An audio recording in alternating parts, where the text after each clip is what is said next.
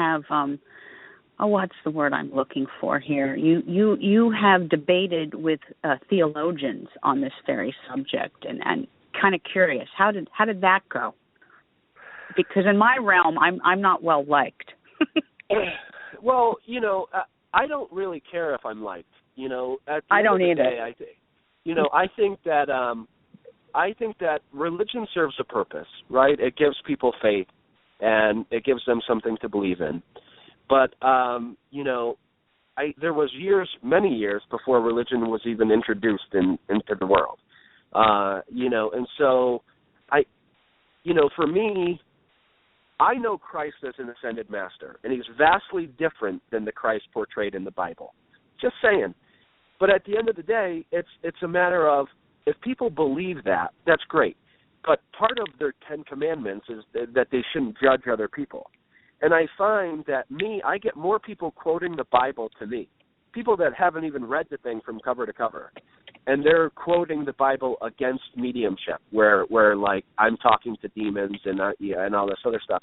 And I said, if you realize the messages that I'm delivering to people, they're all delivered in love and light and for the highest good and intention. Matter of fact, that's what I say before I even start a reading. Is that all messages be delivered in light and for the highest good and intention for the person that I'm about to read. So the fact is that I just find it really interesting that there's a lot of double standards, both in the Bible. I mean, you could read the Bible and it will say one thing in one chapter and something totally different, and so I just say I could quote Harry Potter. It doesn't really mean anything at the end of the day. So, and it's like they both have good lessons, and it's a good guide to live your life by. But at the end of the day, I believe even the Bible says, the body is thy temple. And Christ even said that we are equal unto him and capable of greater things than what he did. And so I think it's weird that we put him on the pedestal and, we don't embrace our own divinity, because we're not really separate from Christ or God or from one another. I agree with that. And I've always said that about Christ himself being an extraterrestrial being, a being not of human form. When I say that, though, people think I'm completely off my trolley, and that's okay, that's okay. I don't expect, some people to understand or even comprehend that. And mostly it's people within my own family, because I grew up in a household that was very, Roman Catholic, and for them to have this thought process that Christ is an ET is just crazy. But he is in a great many ways. Yeah, I think that Christ is an interesting guy, but so is Buddha and Ashtar, and I mean, so there's a lot of Ganesh is great, but the problem is that people don't see themselves in the figures that they worship. So, God, for example, I think is not a figurehead that rules the universe. I think there's one consciousness on this planet at any one given time, and that's us. And so everything else is like one big dream.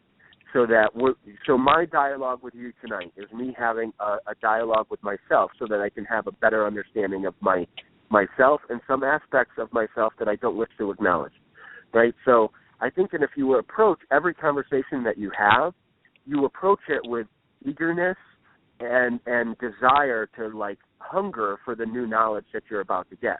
And you also approach it from a place of respect. So it doesn't become about what the race of that person is or, what their religion is, because none of that really matters. That's all human stuff. But at some level, we're all consciousness, and we're all the same consciousness. We're not separate. So there's no time and space where I end and you begin. And that's just a projection of the mind. And matter of fact, science has proven that we don't see through our eyes, and they're more of a projection of the unconscious mind. So, I think that it's a fascinating thing, and we're getting into quantum physics is huge, but I don't want to make your head spin with it. But, I mean, it is, there's far more out there than what most people realize. And I've always known it because I grew up with, angels and fairies and spirits and being able to communicate telepathically with animals. So to me, it was sort of like everybody else that said that they were normal and they didn't experience that, that was like paranormal to me, like the people that don't experience life the way that I do. Because for me, it's very normal. Like, I don't, a lot of times I need people to ask me questions so that I know what they don't understand. Because I just look at things like in a much different way than people. And so I was talking about the law of attraction before it became this big, huge thing. But I also think that action tends to be a huge part of it.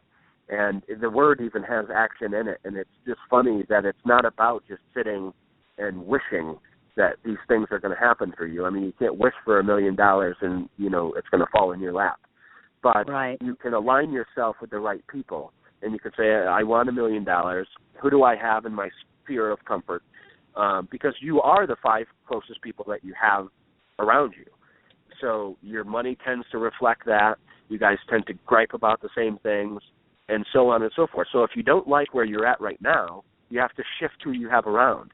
And sometimes we get so attached to the people that we have around us that we don't want to let go, right? We don't want to let go when they die. We don't want to let go when the friendship ends. We don't want to, because we have this thing where we need to, have them around. But I've always learned, when I was a kid, I said to be disconnected from all things was to be connected to all things. And everybody looked at me like I had 6 heads, and like, what are you talking about? And because I grew up in a very skeptical family. I mean, my parents that adopted me didn't believe in what I did. And so that was very difficult, because it's how do you come out of the closet, and say that you're a psychic, because it is coming out of the closet, and, and when you know that it's not going to be embraced. I could remember my brother was going out for professional football, and that same weekend I was on Sirius Satellite. And the family rallied around my brother, but totally disregarded what I was doing, And I said, first off, I could tell you, and this is what I said to them afterwards. I said, I could have told you that he wasn't going to make it, right? And I could have saved you guys all the money to go down and but the thing is, you pursued and you backed him, and that was great. But I didn't even get a, good job, good luck, good anything, And I said, and I'm living the dream, I was done chasing it. And so I said, here I am, and there you are. And even when I was on Nancy Grace and stuff like that, I mean, it was like they come out of the woodwork every once in a while, and it's just not. You could tell when people are sincerely appreciating or listening. And so even when they were listening to old radio shows, because I was on radio all the time, and I'd get the audio and I'd play it back for them, and my adoptive mom would putz around the house and not really listening to what's going on. And every once in a while, she'd just interject and go, wow, how did you know that? And then she'd keep cleaning, and you could tell that there wasn't really no sincerity. Whereas when I took it to my grandmother, she would sit down and it was like undivided attention. But my gram, I told her what her parents looked like. I picked them out in a picture. Like one of the old sepia photos where everybody's all stern-faced and there's 10 people in a group, and it was just, so she became a believer early on, and that was not the grandmother that died. That's the one that's actually still alive. And, and I'm grateful that she was actually there and a supporter, because, I think being in the fact that I was adopted, and I was fighting a lot of stuff anyway, because kids didn't really understand what adoption was, and I was called names, and so I was fighting to find myself, and I just wanted to be normal. Then I found out what normal was, and I wanted nothing to do with it, because I thought everybody had everybody was bananas. And so, I agree. So, yeah, and so I'm like, forget normal. this is my normal, and, and I embraced it. And, so, and I was talking to people about astral projection and the Akashic records when I was like, 10. So it's just what I've grown up with. And, this is my norm. The paranormal is my normal. Hey, it's my norm too, and what one person finds not normal, another finds completely normal. I know many people who look at me and say, I just don't understand how, you can do this, and that, and the whole star reading and this and this and that. And it's like, well, it's not for everybody, and I can usually tell the ones that are warm and receptive to it and the ones that just won't. Maybe in another lifetime they will be able to understand it. But for some people, they're just not programmed that way. And that's me going back to doing the stars.